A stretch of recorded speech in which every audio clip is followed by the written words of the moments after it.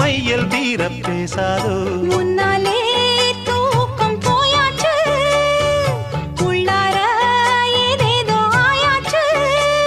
நான் ஏரிக்கர மேலிருந்து 8 திசை பார்த்திருந்து ஏந்திழைக்கு காத்திருந்தேன் காணல்ல மணி 7